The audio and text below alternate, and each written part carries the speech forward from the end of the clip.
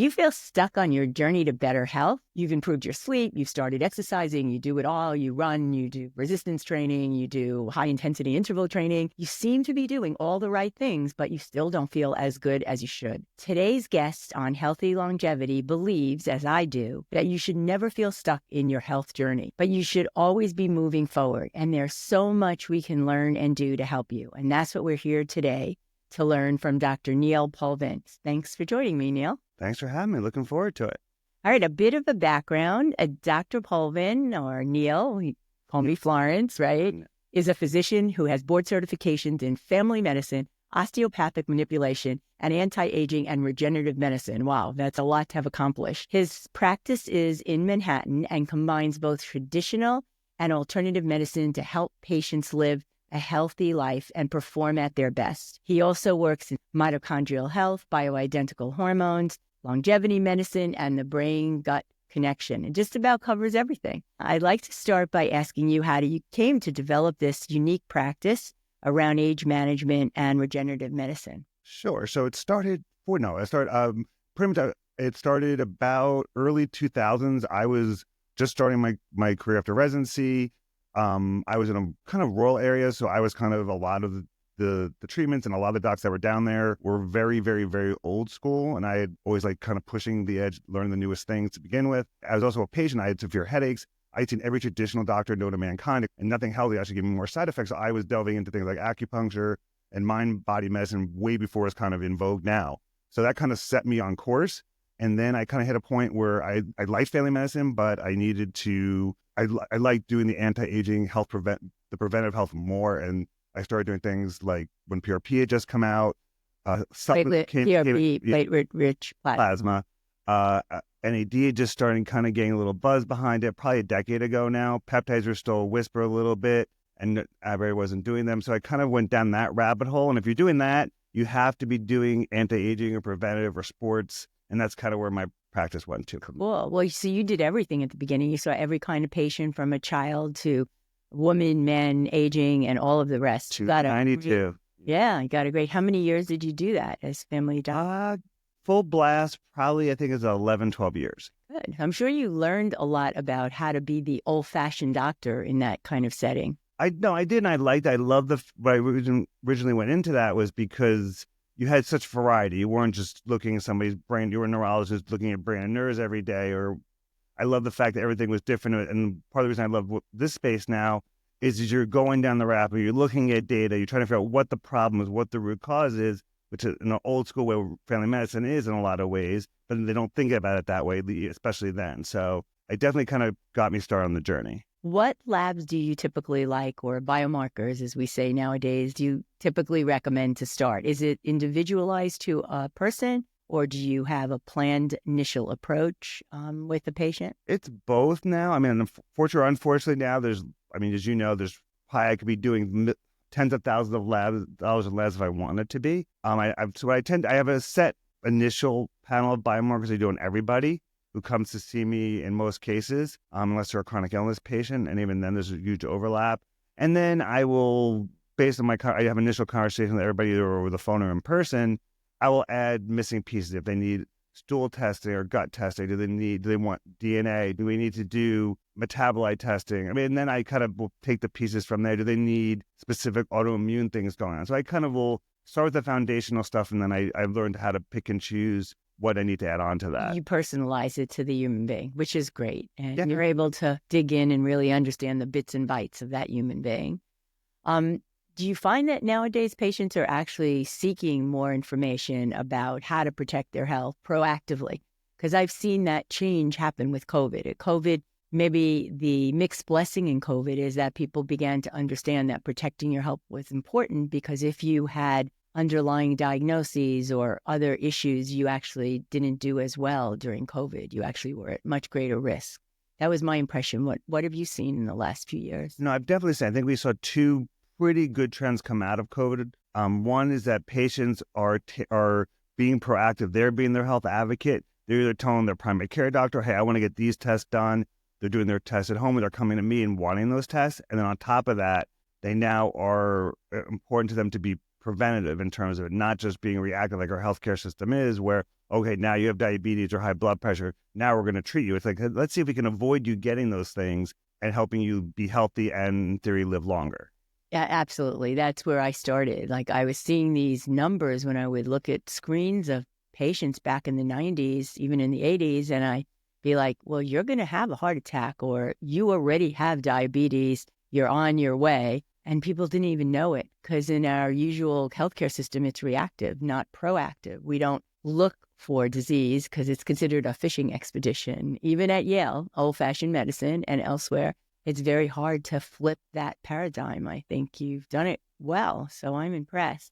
And in a short period of time. I also find it interesting you mentioned a whole bunch of biomarkers, and we too start with like about 150 biomarkers. But what I find now that I think it overwhelms people, there's like people are now talking about getting thousands of biomarkers. What are you going to do with that data if you don't understand it? And because many of our colleagues don't really have a firm grasp on where to start. So I'm actually going back to basics. I think getting just a handful of biomarkers gives a person a great place to start in terms of a basic understanding of what's going on in their metabolism, their physiology, so that you can begin to turn the tide. I agree with most. I agree with that in mindset. Unfortunately, sometimes in a practical business sense, patients come in wanting a certain thing. They hear something from their favorite influencer, their favorite podcaster, and okay, I want these biomarkers, and now they're so easily available. Right. So I tend to when I talk to somebody, you kind of gauge where they are. Somebody who just wants to dip their foot in, and then you can go much smaller as needed, or there's somebody who speaks the language and knows mutations and very specific things, and then you give them larger. The patients definitely don't. A lot of times, unfortunately, know what they're asking for. They see somewhere they got a test. I had a patient ask me today through email, "Hey, I want this test." And I'm just, unfortunately, that test I've not used probably for 7 years, but they saw it somewhere and it's recommended. So I think education is a big part of it, and then understanding what they may find, which I think is the other part. Is I'm now with like full body MRIs or genetic testing. Okay, you may find something you don't want to hear. Are you ready for that? On top of the fact that you're getting a lot of information, you may get some life-altering information. Are you ready for that? Deal with it. Totally. That is a huge issue. And I think that is one of the problems I have with offering thousands. I think it's true. There's some people who want this whole stack, but then we've also heard, complaints from those folks saying, well, I got all this. Nobody knows what to do with it. Nobody knows what to tell me. So there are companies that are doing that kind of thing. It's almost like a do-it-yourself. It's different in your hands. You're an expert. You've been training yourself. You're kind of growing the field with your lens. But when you don't have that background, each of us is so complicated that getting that information and then being left to like, what does it mean? Where do I go with it? Or as you pointed out, a lot of people are getting whole body MRIs, which sometimes I get if in the prior days before there was Prenuvo or Ezra, and you find a meningioma. We've had several patients, and some have gone so far as to even have surgery because they'll go to neurosurgeons and they'll find out, you probably should get rid of it, but it hasn't been doing anything. It's just sitting there. It's static. So it's scary.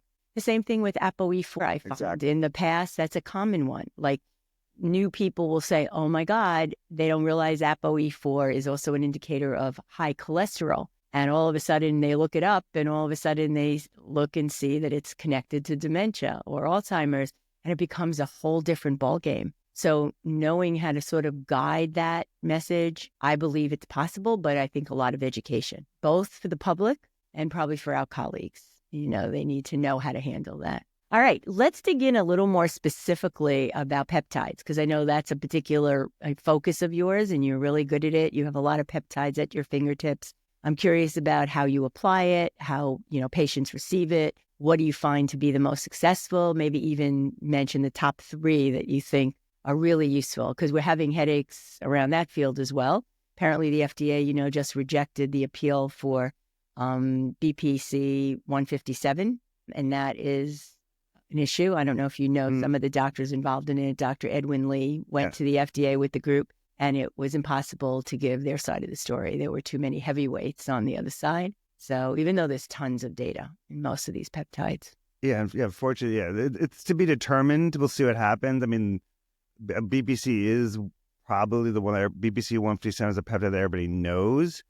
It has so many benefits. Why I love peptides in general is I love things, especially like you said, there's so many things out there. We want things that check the most boxes. So BBC can help with gut health. It can help with inflammation. It helps with building muscle. It can help with brain health. It's good for your skin. So all that in one injection or pill, that's a win-win for everybody. And now we're still doing this legal dance, which is really unfortunate. Again, so in a vacuum, let's say for now, the best 3 or 4 peptides are, at least that people are using, get the most benefit from. It's definitely BPC 157. Thymosin alpha-1 is probably my second, which is great, or thymulin, which is great for boosting immune system. We use either short. Thymulin is different than the thymosin alpha-1. They're two different. They are different. What They're is thymulin 11 or TH11? Is that thymulin, or is that a whole other peptide? Thymulin depends on where you're getting it from now. There's different variations depending on where you're getting it from. The thymulin is a different, I don't remember the exact amount of amino acids of thymulin off the top of my head anymore. But we use them somewhat interchangeably, unfortunately, because of what's going on. Thymosin alpha-1 is better. It has a lot of data. It is FDA approved, which is kind of makes this whole issue more confusing, but that's another story for another day. The thymulin 11 is, I think, going to even be better than the alpha-1. So that's something to look forward to. What we've heard is it's true. We'll see. Yes, exactly. I think it has potential. Yes, I agree. Other peptides I really love, and one that we know is available, is something called the Rosatide, which is really great for healing the gut lining. Because people don't know, gut lining is actually really paper thin almost, and it's really good for healing gut issues. Is there another name for that? AT-1001 is what it's kind of studied under.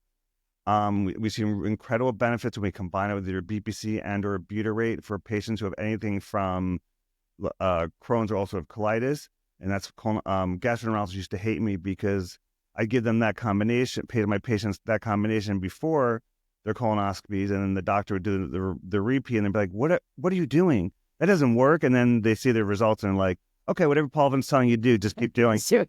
And we're also using it now potentially for brain health because there's a thin blood-brain barrier, same kind of as the gut lining. So that may have some future potential. Like for dementia.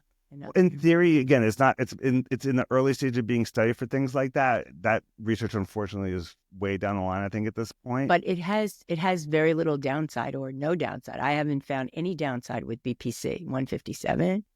The only downside. You seen it? The only thing we see is patients who are have problems with histamine or mast cell issues. They cannot sometimes deal with the normal dosing. You have to really either build them up or add something in like a ketotifen or like Allegra to it.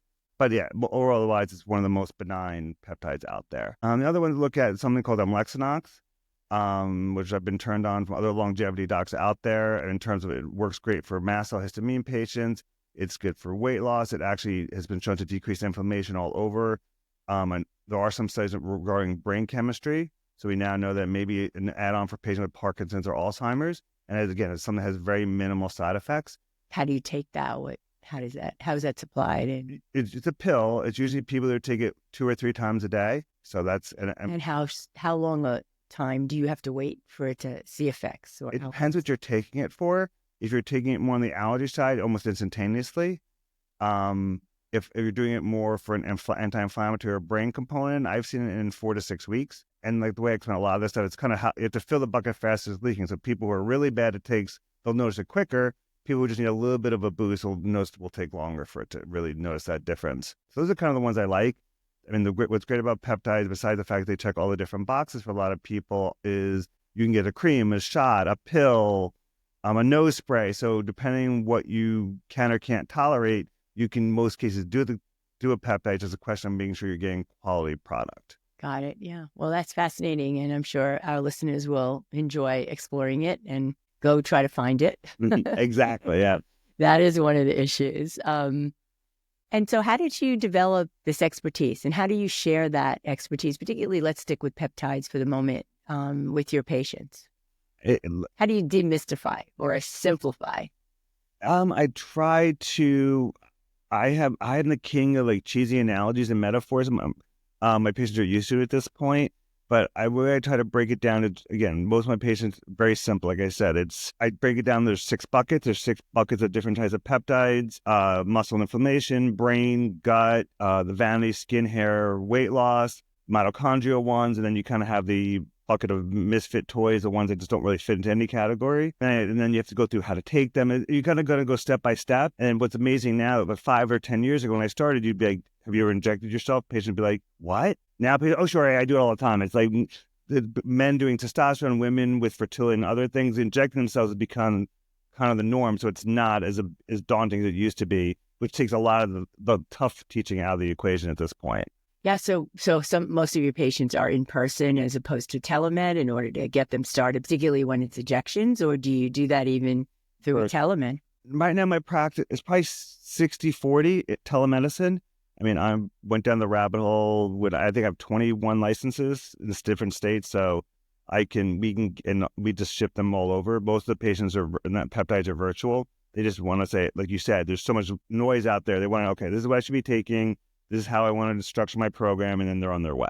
Yeah. So they just need the kind of a little bit of insight. Do you follow them then regularly in terms of any kind of outcomes, or what outcomes would you follow for different types of patients, obviously? It depends what we're doing. I mean, a lot of cases we do follow them in some way, shape, or form, depending on what we're using it for. Obviously, if it's musculoskeletal, it's usually going to be biggest test is their performance in the gym or on the field. I have patients who couldn't lift anything at the gym, and then 6 weeks later, because they have like a rotator cuff injury or a knee issue, we're back going closer to the personal record. And then if we need to, we'll do an X-ray, MRI. But again, to me, the proof is in the pudding. A lot of cases there. I mentioned my gut stories already, so a lot of times we're following up at the very specific.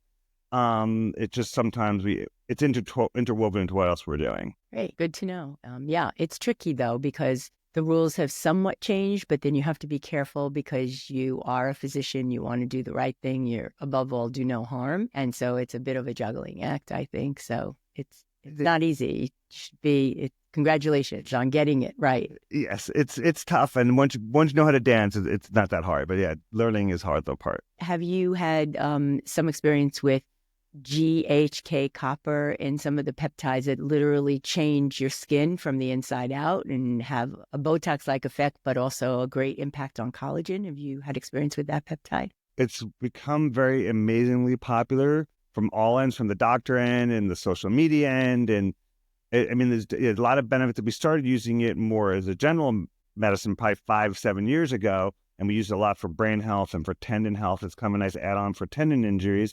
And then the skin component blew up more than anything else. I think the benefits are amazing. I like it. Definitely builds collagen, decreases inflammation. It's great now. There's combos. You can mix it either with BPC, like I mentioned, or they now mix them with the other type of skincare products that are out there. There's some that have retinoic acid in there. Some have hyaluronic acid in there. So they're definitely taking advantage of it, both on the professional side, like from pharmacies, and the consumer brands are doing it as well. So it's something that will be here forever, and I think some patients should be using. I agree. How do you actually apply it? Have you used it both as creams, and do you also use it as injectables with BPC or orally? No, 95% of patients, it depends what they're using it for. If they only want face, then yeah, they'll do the facial creams that are out there. And usually, again, they're almost all combos now at this point. But I don't know that BPC would be absorbed that great through creams. You have experience doing that? I know oral pills. Data behind it. Yeah. Our patients have said it because we know from what's happened when we used to use it for joints, when we only had injections and creams, that there is some absorption. It doesn't go incredibly deep. It's not going to go as deep as an injection would. But again, people don't want their face injected, so you got to kind of find a happy ground in the middle there. It's not perfect. But yeah, so the injection is probably the worst peptide injection out there. It burns horribly. So most patients don't use it systemically. Yeah, I don't think I've ever used it systemically for particularly the copper. Not. I've had it used in a couple patients who want, for a variety of reasons, this is one of the few things that helps their skin systemically. Oh yeah. They have to do is an injection. You can't just put cream all over your body. Right. You spend time and too much money doing. How long did you see it took if you do the injection? As opposed to the cream? That's a good question. It took a while. I mean, it was like 2 to 3 months. It's not sustainable. It's not something that... And it's daily? They were doing it daily, injections daily, at least 5 days a week. And this is probably more right before COVID. Now there's just so many other things out there. It's way down the list systemically anymore. But this is kind of, again, before a lot of the other stuff came out, I would say. And if you had any trouble getting your hands on peptides and making sure that you're working with legitimate compounding pharmacies, because that's always an issue for a lot of folks. Most, no. I mean, the ones that are really, really impossible to get right now is something called Matsu, which is a lot of people's favorite for a lot of different reasons. That one is almost impossible to get. Beyond that, and another one that I actually love for my infectious paste, LL37, but those are two that are really, really hard to get. Other ones is other formulations that are available from reputable pharmacies. LL37. LL37 is a cathecline. I can't pronounce it. Cathecline. It's an antimicrobial peptide that they find in the gut and throughout the body. We were started using initially mostly for SIBO, bacterial overgrowth patients, ulcerative colitis, and then like people who have low immunities. We found a lot of benefit to it, but even back then it wasn't a popular one, and now was on the ban list and is impossible almost to find in the U.S. SS31, is that another one you've tried, used? I love SS31. I mean, it's an incredible antioxidant. It has great data behind it. It's being studied more and more. There's a company trying to patent it, which makes it good and bad. But it has incredible data for heart health, tendinitis, using for Alzheimer's and Parkinson's. It's something that you don't need to use continuously. You can do it for a month or two, maybe once or twice a year, which is really great. The only downside is the price. For people who are price conscious, it's going to probably be a couple $1,000s potentially. So I let people know that ahead of time. But a couple of thousand for the whole course, or like a month? Even for a month, a lot of times it's going to be close to over $1,000. So, and how mostly is it applied? It's an injection. And that's one of the things where you talk to 5 longevity doctors who know what they're talking about. You're going to get 5 different how they dose it. Right. We all see the benefits. It really just comes down to personal preference and the patient. What's your preference. favorite? I mean, I have patients do it 2 or 3 times a week, and I'll progress to high dose for the patient I know who can tolerate it. Patients I know are more sensitive, or this is their first time with peptides, I'll start them at a lower dose and build them up. But I mean, I think it's something you're going to be hearing about more and more because it is being studied in the mainstream medicine as well. What dose do you generally start with and work on? What's considered your low end and high end? I mean, I'll do usually either depending on what the strength on the bottle is. Every company makes it a little bit different. I mean, I'll do like 50 units 3 times a week, which is now my brain is. The dose depends, like I said, on which brand I'm using. But there are people who do 100 now units 3 times a week, and we're seeing better effects. It's just you're pushing the envelope a little bit. Yeah, and then a month or 2, and then you hold off. We'll hold off. We do markers depending on what we're using it for. The ones that I'll tend to push with are my brain patients. Like anything neurocognitive, I'll push with her. What do you look at before and after to get a baseline and then determine change?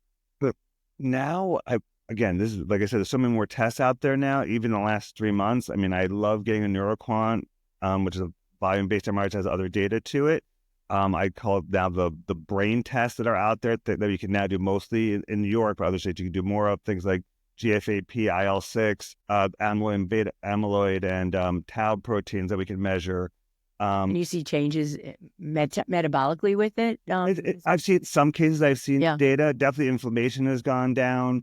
The MRIs look better potentially in 6 to 12 months. We've seen less. Their amyloid, sometimes the amyloid has gone down. This is in conjunction with other things. Right. And everybody with that type of patient, as you know, it's multifactorial. It could be toxins. It could be 100 different things. So it's not just the peptide, but I mean, now we have enough tools in our toolbox, both on the testing side and now I think in the treatment side, that you can mesh them together. Again, this is one of those things where you definitely need a doctor kind of translating what's viable and what's kind of ridiculous at this point, because there's so much. I think people say, "Oh, I can cure Alzheimer's," and that kind of burns me a little bit because that's really not been proven yet at all. And that's just like, okay, so just ignore that. Yeah. But I listened to a podcast last night on that topic and just about plasminogens, and it was fascinating, but I couldn't really tell from the data. That looked like there was a lot of data, and it looks promising. I love the I've been the same boat. I love it. I think there's huge potential, but we're still not at the finish line with any of that stuff yet. I don't think we could promise. I get asked a fair amount, can you cure it? And my response is, You never know. I can't say we can, but what we can do is make inroads and hopefully stop progression and maybe gain some ground back. Exactly. Do that, yeah. Exactly. I find testosterone to be amazing for memory. I never even dreamed of that. But years ago, I had patients because I mainly did telemedicine for many years, like for 2-3 decades now, way before COVID. My family finally understood what I was doing once COVID struck, because they're all dermatologists or facial plastic surgeons. And they're like, how could you do telemedicine? I'm like, yes, don't, just wait. And then COVID happened. So, and I would explain to people how change could happen, but it takes a long time because the field wasn't really as mature as it's getting lately. And speaking of dosing and regimen, let's turn to rapamycin. I know there's a lot of debate out there now. Mm-hmm. Some people are actually saying, no, don't use it, or only use it in an elderly or older patient over 70. And then the types of protocols you use. What's been your personal experience with that? That is something that literally changes now every month with me now, because not only we're waiting with all these new meds, we're waiting on data, like you said, and we're still waiting. Only the good stuff has come out in terms of fertility. The Columbia studies are showing promise in terms of improving fertility, egg production, minimal side effects. That's great, and that's gained huge bandwidth so far, which I love, because fertility is, I don't understand why we don't have more advances there. What's the protocol they use? You know, the dosing? I think it's 5. 5 a week? Yeah, I think so. Sure. Of 95% is 5 milligrams a week, which is great. And I think that, but now we're plateau. So kind of back to the question would be, I normally will start patients at 3 or 6 milligrams, again, depending who I'm dealing with. So sensitive patient who says, well, I can't take too much of anything. It affects me. You might start at 3. Somebody who is more resistant and throw it at me. 5 or 6. And also it depends, again, if I'm treating somebody, again, there are some small studies with like Alzheimer's and neurodegenerative issues. There's a lot of small studies for a lot of different niches at this point, but nothing groundbreaking at this point. So that's when I'll start at 6, and I tend to will increase checking lab markers as much as you can. Which lab markers are you measuring yourself? Yeah. CBC, NK, a lot of the white blood cell markers. I will check troughs and peaks, but I've talked to every doctor's a different answer about what you're going to see or not see with it. So I don't know what to do with that. If I'm treating a specific condition, I look at that marker. But what's that's what I do now. And I still cycle patients every 3 to 4 months. I will have them take a break. I will not have them do it in perpetuity. That's how I view it. Other docs will have them just do it continuously and continue up to like 13 milligrams. But what's also flipped a little bit is that was the first thing that got all the publicity in terms of anti-aging longevity. Now we're seeing every week there's a new study on the GLP-1s. There's now every couple of weeks a new study on SGLT2. Medicines are all diabetic medications. We're seeing all the benefits from them, and there's more data there. So now do we do kind of flip-flop to that more, and then kind of keep rapamycin more in our back pocket for more specifically, which is where I'm going with it now. Do you ever see any immune issues with rapamycin in patients? Because I use a fair amount. I've been using SGLT1s since they first became available in 2005, where you had to take an injection. It was Byetta. Mm-hmm. You took it before a meal each time within a 15-minute window. And then it progressed to daily with like Victoza, and then it progressed to weekly. So I'm comfortable. I've been using SGLT2s since the beginning as well, because there was a lot of fear about it. In fact, you might recall that it was supposed to be harmful to the kidneys and heart. Yeah. And same thing as Crestor back in the day with statins. When I first came to New York, a lot of cardiologists were all still using Lipitor until the Jupiter trial came out. And I remember getting calls from these cardiologists saying, how did you know that? I said, well, it's in the data. So I started using Crestor quite early. So yeah, I think those may actually have more potentials of anti-aging longevity med, and then we got to wait for the full rapamycin data to come out. I mean, the thing with any of these types of medicines, we wait for studies. Studies are expensive to do. They have the money to do the studies right now. Rapamycin, unfortunately, a lot of our colleagues are waiting they can't even get funding to do a lot of the studies that they need to do. And it puts it behind a little bit, which is unfortunate. And even the studies are quite limiting, because if you even look at evidence-based medicine, you're looking at a whole bunch of people who have to be in these studies treated exactly the same way, yet they're all different. So one of the problems, you can get data, which is a great place to start. Data is great. But when it regresses to the mean, or you just get average, then you're treating people and you may be treating the wrong person. You may not be applying it as a risk-benefit at the level of that individual, that N of 1. And that's one of the areas that I have trouble with, having been part of a lot of studies. And Very true. Yeah. It's another dance that you have to learn how Right. where you feel comfortable. Exactly. And where that person fits, you know. So I Exactly. completely agree. So there are a lot of other topics we can touch on, but that was a great discussion about rapamycin. And you've been on it yourself? Has that been the case? I do burst. I've been a repulse it. I found for me cognition improved. I have, unfortunately, I call myself like a musculopath. I have horrible joints just because I abused myself as a kid, not like with basketball and running and stuff. And my inflammation levels went down. I know Matt Caberline has said the same thing, and a couple other people have said the same thing, where it's kind of a magic potion, for lack of a better word.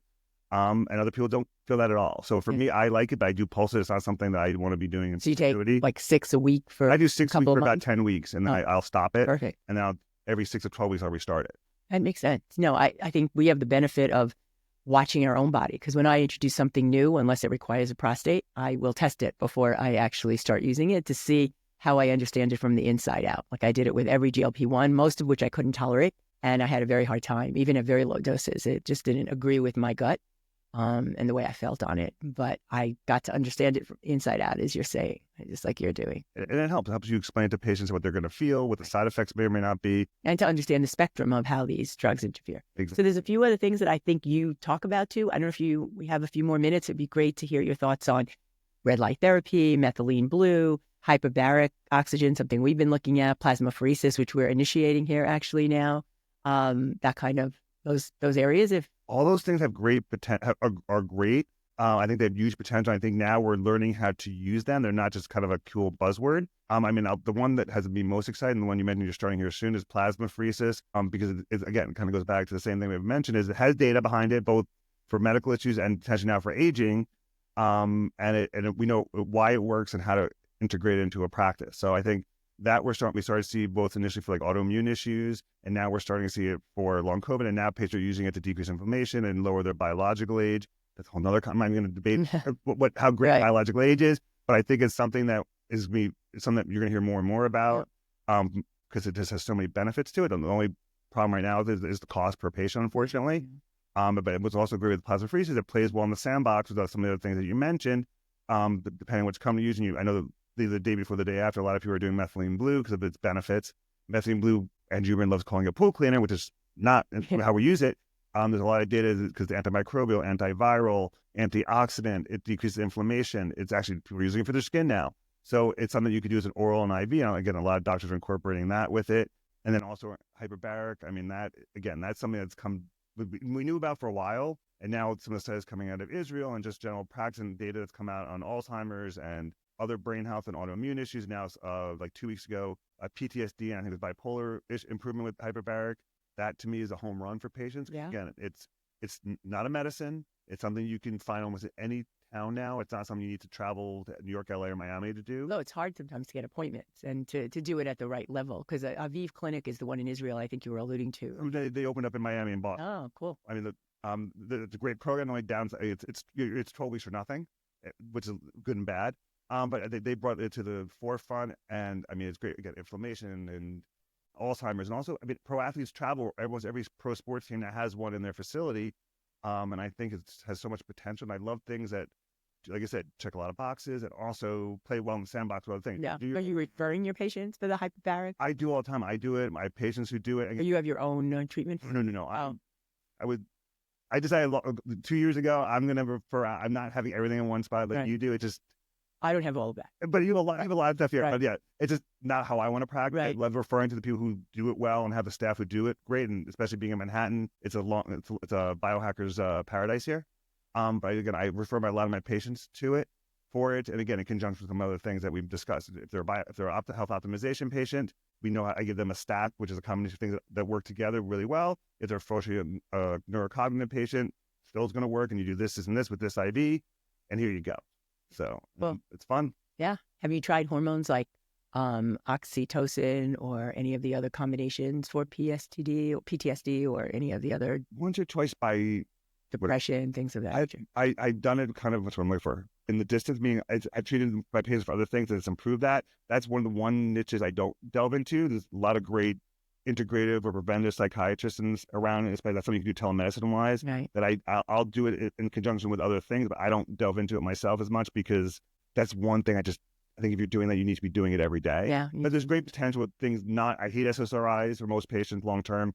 I love the fact things like that are emerging. Available. Yeah. Yeah. We see big changes with that. With inflammation, are you looking at like high sensitivity, cardiac CRP? Are you looking at fibrinogen? Are you looking at, are there any favorites that you have in terms of saying, oh, yes, this patient's inflammatory status has markedly increased or decreased and their GI tract is much better. They don't have IBS symptoms anymore. Or their Crohn's is improved. I love inflammation, but now where is it? Now that we narrow down where it is.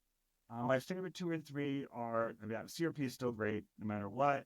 I love calprotectin, which looks at the gut more specifically because we know the gut's connected to almost everything. So unless you fix. Oh, okay. In general. That you have in terms of saying, oh, yes, this patient's inflammatory status has markedly increased or decreased and their GI tract is much better. They don't have IBS symptoms anymore.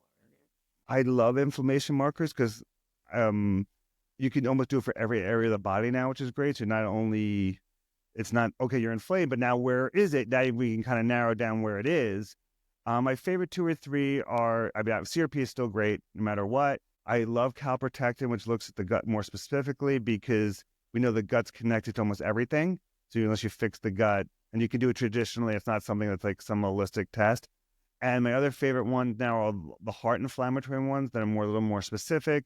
LPPLA2 or oxidized LDL that are more specific to the heart. So I know, okay, those are high and they also have high cholesterol. I need to be very proactive with this patient. And not only do we have to treat the cholesterol and the plaque, we got to treat the inflammation on top of all the other things that we know are related to heart issues like mitochondrial and everything else. So you can do a whole hour on that by itself. But so I think we now have the data and the tools again to look at inflammation. We know it's been a buzzline for years. Inflammation is the cause of a lot of illness.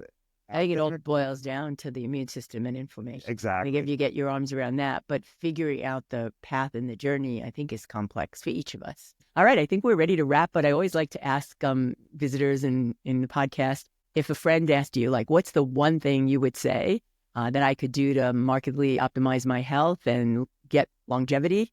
What would be your top approach of anything that you've mentioned? Let me just hit on. I think maximizing your sleep is by far the simplest thing you can do in a lot of cases. You don't have to leave your apartment or house to do it.